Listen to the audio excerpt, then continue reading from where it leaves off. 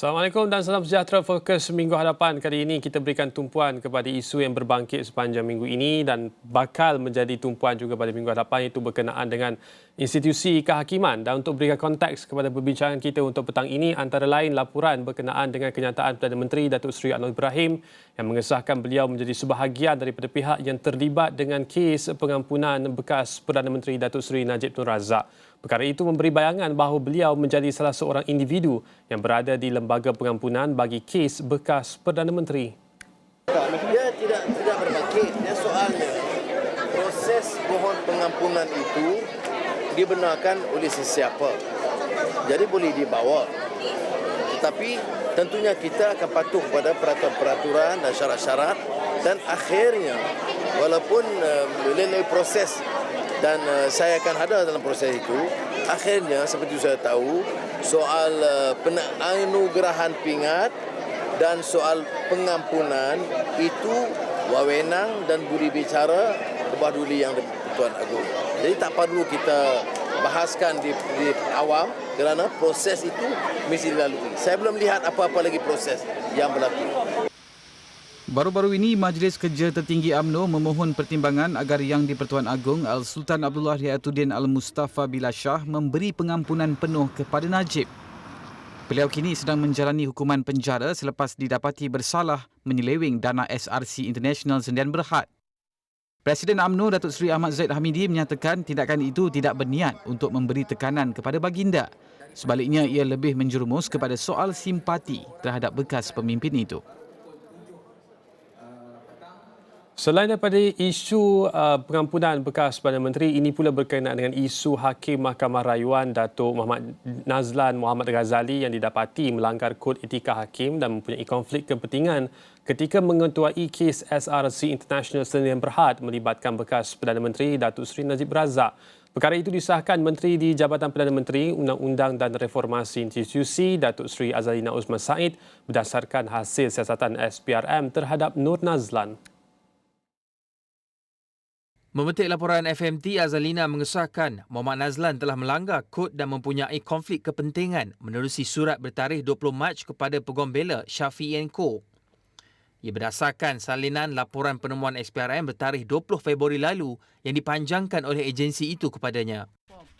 Azalina dilapor menjawab surat daripada Peguam Bela Najib bertarikh 15 Mac yang bertanya sama ada SPRM menulis surat kepada Ketua Hakim Negara Tun Tengku Maimun Tuan Mat untuk mengesyorkan supaya prosiding tata tertib dimulakan terhadap Muhammad Nazlan berhubung pengendaliannya dalam kes SRC. Dalam surat itu, firma guaman berkenaan bertanya sama ada SPRM pada dasarnya membuat kesimpulan bahawa Muhammad Nazlan melanggar Kod Etika Hakim dan mempunyai konflik kepentingan. Dalam surat balas kepada firma guaman itu, Azalina berkata beliau boleh mengesahkan persoalan-persoalan yang dikemukakan telah dijawab secara afirmatif. Pada 24 Februari lalu, media melaporkan panel 7 Hakim Mahkamah Persekutuan diketuai Tengku Maimun berkata SPRM tidak mengikut protokol ketika menjalankan siasatan terhadap Muhammad Nazlan. Dalam penghakimannya, Tengku Maimun berkata agensi penyiasat seperti SPRM mesti berunding dengan Ketua Hakim Negara sebelum memulakan siasatan terhadap Hakim Mahkamah Atasan. Pada Julai 2020, Muhammad Nazlan yang ketika itu merupakan Hakim Mahkamah Tinggi mendapati Najib bersalah terhadap 7 pertuduhan pecah amanah, menyalahgunakan kuasa dan penggubahan wang haram dana SRC dan memerintahkannya dipenjara 12 tahun serta didenda RM210 juta. Untuk kupasan dan analisis bersama dengan kita dalam talian ketika ini, Datuk Seri Dr. Jahaberdin Muhammad Yunus, Peguam Kanan Tertuan Jahaberdin & Co. Dan Datuk Seri, terima kasih meluangkan masa bersama kami di petang ini, dan kita mulakan dahulu dengan memberikan satu gambaran awal dan kefahaman awal berkenaan dengan kerangka perundangan ketika ini. Berdasarkan kepada kerangka perundangan ketika ini, Datuk Seri, dan perlembagaannya juga yang sedia ada, sejauh mana sebenarnya institusi kehakiman Malaysia ini bebas? Okay.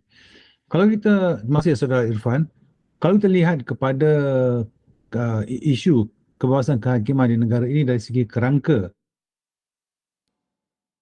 Pertama sekali saya mengatakan bahawa pada amnya kita tidak berisau tentang proses keadilan di Malaysia kerana sememangnya di Malaysia ini pada amnya terdapat badan kehakiman yang bebas daripada campur tangan mana-mana pihak termasuk daripada campur tangan pandangan peribadi hakim itu sendiri. Ini adalah kerana kalau kita lihat kepada apa yang berlaku setiap hari di dalam mahkamah. Setiap hari di dalam mahkamah, terdapatnya perbicaraan, pendengaran dan juga semakan kehakiman. Dan semakan kehakiman merupakan satu permohonan di mana rakyat cuba mencabar keputusan-keputusan yang dibuat oleh kerajaan.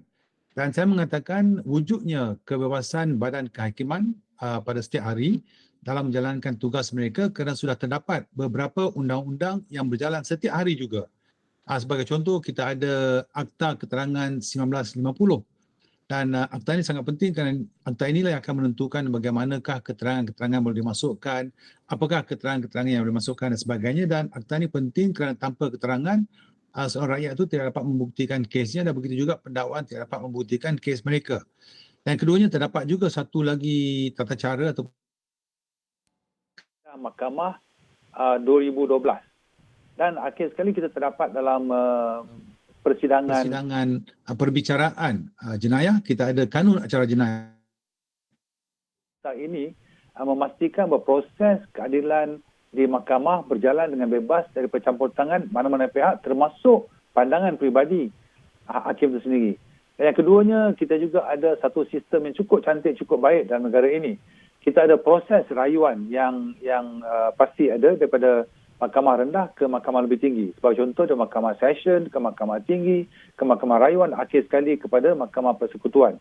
Jadi proses rayuan ini memastikan bahawa wujudnya satu kebebasan kepada kehakiman daripada campur tangan mana-mana pihak. Yang keduanya, Irwan, yang ketiganya, kalau kita tanya adakah ia bebas daripada campur tangan eksekutif. Jadi itu menjadi satu persoalan yang lebih kompleks. Sebab apa? Kalau kita lihat kepada pelantikan hakim-hakim di negara ini. Hakim-hakim di negara ini seamnya sepatutnya dilantik oleh Jabatan JAC, iaitu Judicial Appointment Committee ataupun Suruhanjaya Pelantikan Kehakiman. SPK ini yang akan mencadangkan nama-nama hakim, bakal-bakal hakim kepada Perdana Menteri. Perdana Menteri itu datang daripada eksekutif. Jadi pada proses yang ada sekarang ini, nama-nama yang dicalonkan oleh Suruhanjaya Pelantikan Kehakiman akan diberikan kepada Perdana Menteri untuk menentukan sama ada cadangan ini yang diterima, boleh terima atau tidak. Jadi di situ wujud mungkin campur tangan dari segi eksekutif atau Perdana Menteri. Jadi mungkin pada masa-masa akan datang, jika negara ini merasakan bahawa kita tidak mahu langsung campur tangan eksekutif, bermakna kita tidak memberi kuasa mungkin kepada Perdana Menteri untuk membuat keputusan sama ada diterima ataupun tidak cadangan nama-nama hakim yang diberikan oleh JAC ataupun Suruhanjaya Pelantikan Kehakiman, itu boleh dibuat. Mungkin kurangkan penlibatannya dan sebagainya. Yang ketiganya yang perlu kita semua ingat, ialah setiap kali wujud satu isu politik baru timbul isu-isu berkaitan dengan kekebalan institusi kehakiman dan sebagainya. Tetapi kita lupa bahawa dari tahun 1988 itulah mulanya persepsi bahawa wujudnya campur tangan politik dan eksekutif dalam sistem kehakiman. Dan kalau kita imbas balik, tahun 1988 itu pun menjadi satu krisis kehakiman oleh kerana politik. Dan masa itu kalau kita ingat, ia berkaitan dengan pemilihan UMNO. Dan di masa itu juga kita dapati bahawa ada hakim-hakim yang telah disarakan melalui tribunal dan sebagainya. Jadi kita dapati bahawa ada wujudnya persepsi di negara ini. Persepsi, saya ulang sekali, persepsi di negara ini bahawa terdapatnya campur tangan atau percubaan pihak-pihak politik untuk campur tangan di dalam badan kehakiman. Dan saya ingin mengatakan di sini, Saudara Irfan, persepsi ini akan berterusan selagi mana kita tidak mempunyai satu usaha untuk menapis atau untuk menangkis persepsi ini. Dan saya telah banyak kali cadang kita perlu adakan satu RCI ataupun Suruhanjaya Diraja untuk mengkaji, untuk menilai apakah tuduhan-tuduhan campur tangan politik ke dalam badan kehakiman itu wujud ataupun tidak. Itu sebagai secara ringkas tentang kebebasan. Saya sudut persepsi, tapi saya sudut strukturalnya itu juga seperti mana telah pun jelaskan Datuk Seri dalam Akta Suruhanjaya Pelantikan Kehakiman 2009 juga ada campur tangan ataupun sedikit bidang kuasa di peringkat eksekutif untuk menentukan pelantikan di peringkat kehakiman. Nah, itu satu daripada beberapa contoh yang lain. Oleh yang demikian, kehadapan ini apakah seharusnya dilakukan untuk membaiki struktur itu supaya kehakiman lebih bebas, supaya bukan sahaja boleh dicabar oleh peguam di luar daripada mahkamah ketika kes sedang berlangsung, bahkan juga untuk memastikan bahawa hakim tidak menjadi sebahagian daripada mereka yang disiasat oleh, sebagai contoh, Suruhanjaya Percikaran Rasuah Malaysia SPRM, sedangkan difahamkan bahawa ada sistem lebih khusus untuk hakim-hakim ini sekiranya ada isu-isu disiplin yang berbangkit. Jadi untuk pastikan bahawa kekebalan dan kebebasan itu terus terjamin, apa yang betul dilakukan, Datuk Seri? Okay. Itu perkara yang berbangkit. Kita tanya soalan, kenapa dalam adanya dan wujudnya, seperti saya kata tadi, satu proses yang memastikan bahawa hakim-hakim itu sendiri tidak dapat mempengaruhi keputusannya, kenapa masih wujud persepsi-persepsi bahawa terdapatnya campur tangan politik dalam badan kehakiman?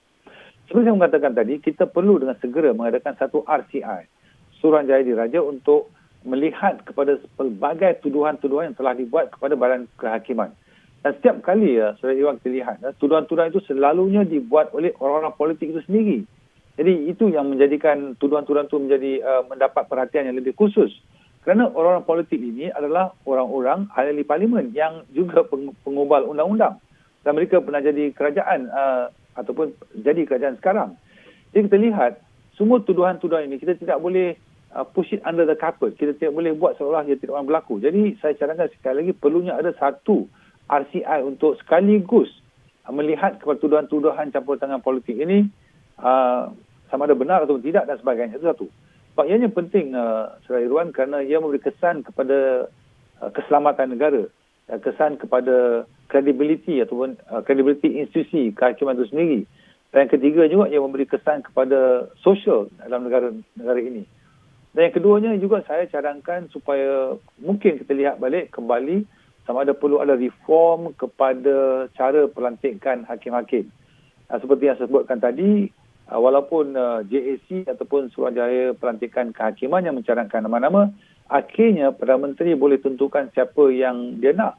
Sebagai contoh, 2018 saya difahamkan bahawa nama-nama hakim-hakim yang dicadangkan oleh Suruhanjaya Pelantikan Kehakiman yang diberikan kepada Perdana Menteri ketika itu, bukan 2018, 2019. Ketika itu tidak diterima oleh Perdana Menteri ketika itu, iaitu Tun Dr. Mahathir Mohamad, kalau tak salah saya. Jadi kalau perkara itu benar, kita juga perlu ada satu sistem di mana peranan Perdana Menteri dalam memilih hakim-hakim terhad dan terbatas.